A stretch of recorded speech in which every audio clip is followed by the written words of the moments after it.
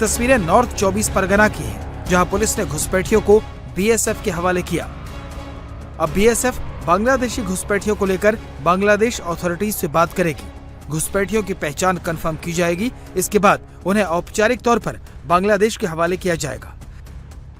इस दौरान घुसपैठियों को बफर जोन में रखा जाएगा। मंगलवार सुबह से यहां पर जमा हुए लोगों का कहना है कि अब उन्हें वापस जाना ही पड़ेगा। इधर बहुत झमेला चल रहा है, वही लिए चल जा रहे हैं।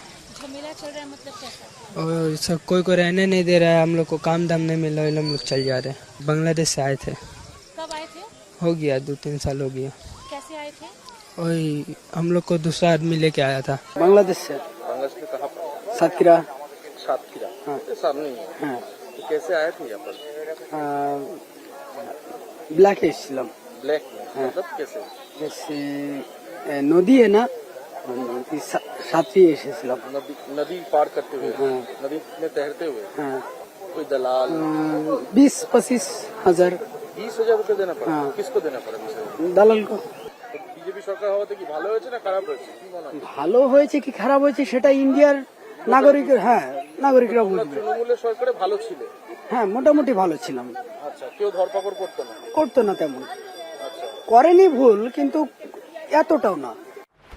मुख्यमंत्री शुभेंदु अधिकारी ने बंगाल के सभी 23 जिलों के डीएम को अपने अपने जिले में होल्डिंग सेंटर बनाने का आदेश दिया है।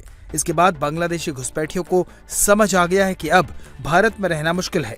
इसलिए मंगलवार सुबह से नॉर्थ 24 परगना के हाकिमपुर बॉर्डर चेक पोस्ट पर बांग्लादेशी घुसपैठियों की लाइन लग गई। पश्चिम बंगाल के स्वरूप नगर के हाकिमपुर चेक पोस्ट पर यहाँ पर काफी सारे बांग्लादेशी इकट्ठे हुए हैं, जो पिछले कई सालों में बांग्लादेश से काम के तलाश में भारत में आए थे और भारत में गैर कानूनी तरीके से वो रहते थे।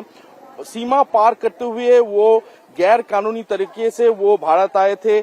बॉर्डर में किसी ने पैसा दिया था, किसी दलाल को, और किसी ने छुपके से बॉर्डर पार करते हुए भारत आ पहुंचे थे और पिछले कई सालों से भारत में रह रहे थे। अब जब एसआईआर का प्रक्रिया में डिटेक्ट के साथ साथ डिलीट हो चुका है और अभी डिपोर्ट का जो समय चल रहा है, तो इसी बीच जैसे कि देखा जा रहा है पश्चिम बंगाल के अलग अलग जिलों में इसी तरीके से शेल्टर बनाया गया है, तो उस शेल्टर में ना पहुंच पाए, उसके कारण से यहाँ पर जैसे कि देखा जा रहा है बांग्लादेशी जितने भी आए थे घुसपैठी, वो वापस अपने देश यानी बांग्लादेश जाने के लिए इस समय बॉर्डर एरिया में यहाँ पर इंतजार कर रहे हैं। यहाँ पर लगभग 100 से ज्यादा बांग्लादेशी जो अलग अलग समय पे भारत में आए थे, वो वापस जाने के लिए यहाँ पर इंतजार कर रहे हैं।